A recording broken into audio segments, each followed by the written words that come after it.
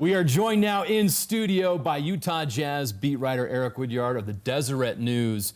And I'd love to be talking about a 2-1 series because that's what Jazz fans would like to hear. That's not the reality. The Jazz are now in a 3-0 deficit, and the shooting is one of the reasons, Eric. I don't get it. I mean, I would love to give Houston credit, but I'm not certain that it's all on Houston. The Jazz are just missing open looks. What's your take on the Jazz shooting struggles in this series? It's been tough, man. I mean, the first couple games, obviously Houston kind of imposed their will on the Jazz. Yeah. But I feel like, game 3, I feel like the Jazz reversed that a little bit. I feel like they had a lot of open shots, and it's just really sometimes that's just the game of basketball. There's really no way to dissect it or nothing. They just missed shots, and it was frustrating to watch. As the great Jim Boylan said, the ball just didn't go in the hoop. But it's 10% below their season average.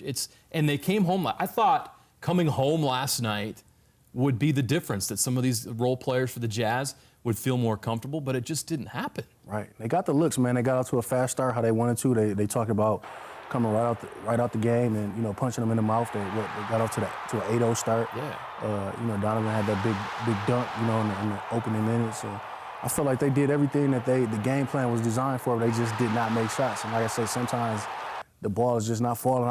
I don't think Houston really did anything schematically or anything like that to really throw them off. I think they really missed shots yesterday. And I think really in that fourth quarter, they allowed Houston to pull away, man, and impose their will on the game. Well, the one positive was they did a great job on James Harden. And I thought defensively as a whole for the game, I thought they did well. The first 2 games, the Jazz got a lot of flack for the way they defended James Harden. But what are your observations? I thought they did a great job. I thought they did a way better job yesterday. They frustrated him. They stayed on him. And the crowd was on top of him. He missed a couple. They continue to believe in the system, the defensive system that a lot of people criticize, forcing him to his right. And I thought they kind of perfected a little bit. In the first couple games, they were forcing him right, but they weren't sticking with him when he got in the lane. So yesterday, you kind of saw Royce O'Neal and, those guys, Ricky Rubio, getting pesky with him. I thought Royce has been doing he's done a solid job on him yesterday. You can't ask for better performance defensively. James Harden's never probably going to shoot 0 for 15 again to start a game. That's sure. NBA. That's like an anomaly. That's never going to happen. But I still thought defensively Royce O'Neal did a good job. And we just talked to Kyle Korver today. He was saying that he thought just this whole series, Royce has arguably been one of the most consistent players on the roster. Donovan Mitchell was great in Game 3. He did miss quite a few shots, but 34 points. And we just expect Donovan to be great because he has been. But we forget he's a 21-year-old sophomore in this league. And I think last night he had one of those experiences. He had a wide open look.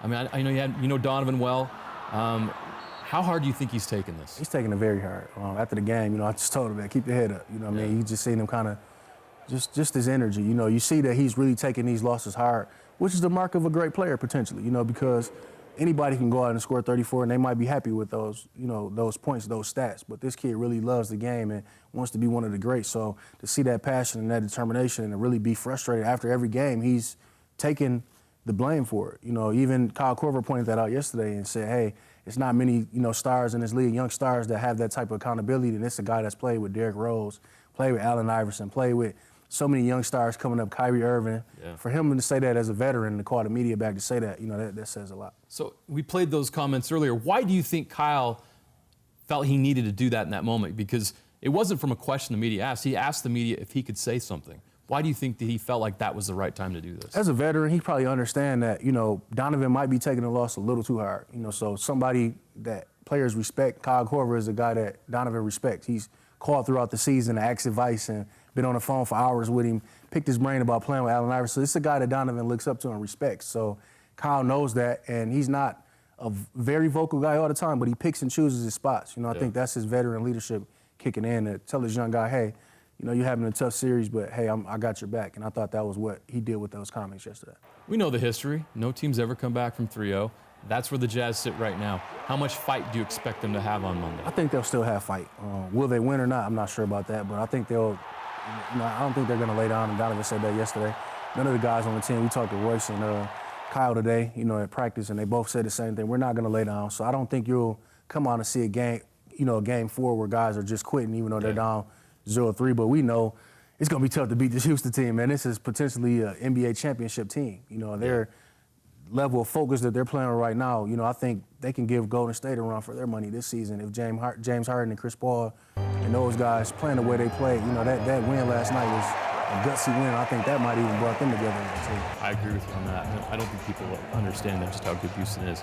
So this series, I think, has shown a lot of warts that the Jazz have, some weaknesses they've had. What impact do you think the results of this series will have on the Jazz offseason? Definitely, it's going to have an impact on offseason. I don't think anybody watching this team, if you want to be a legitimate title contender, which I think that's what they want to do, I think, they have to bring in another playmaker, another scorer. The defense is great.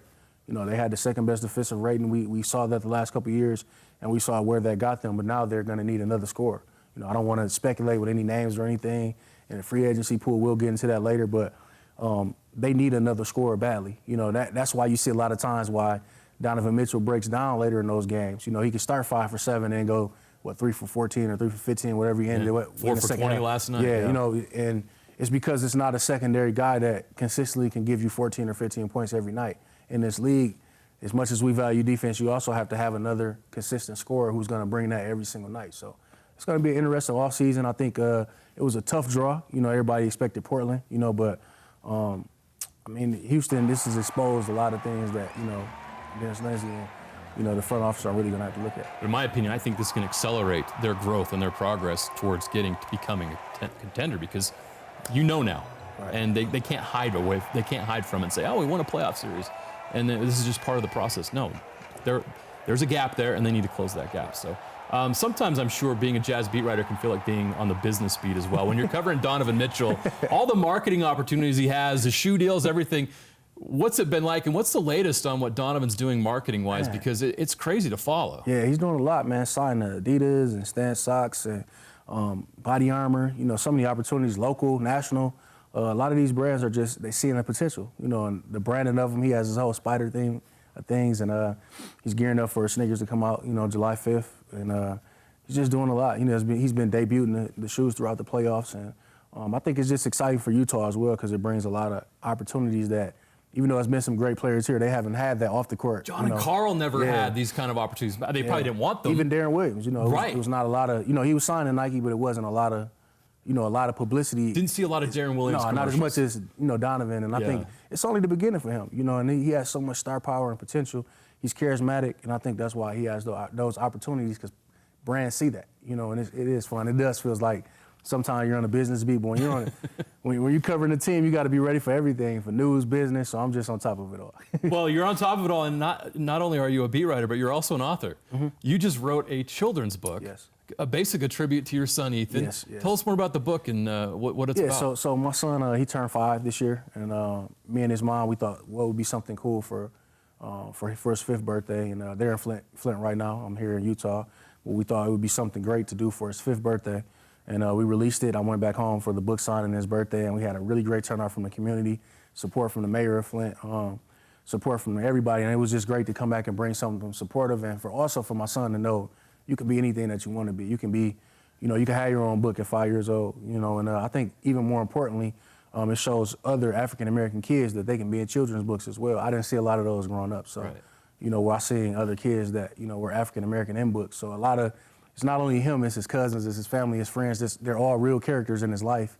And we're selling the book on Amazon and Kindle. It's called Ethan's Talent Search. Awesome. Well, congratulations on that. And well, basically, you're done a second season as a Jazz beat writer, but now the off season is about to begin. Yes, it still goes. Let the games begin. Eric, thanks so much. Appreciate it. Thanks for having me, man. I appreciate it.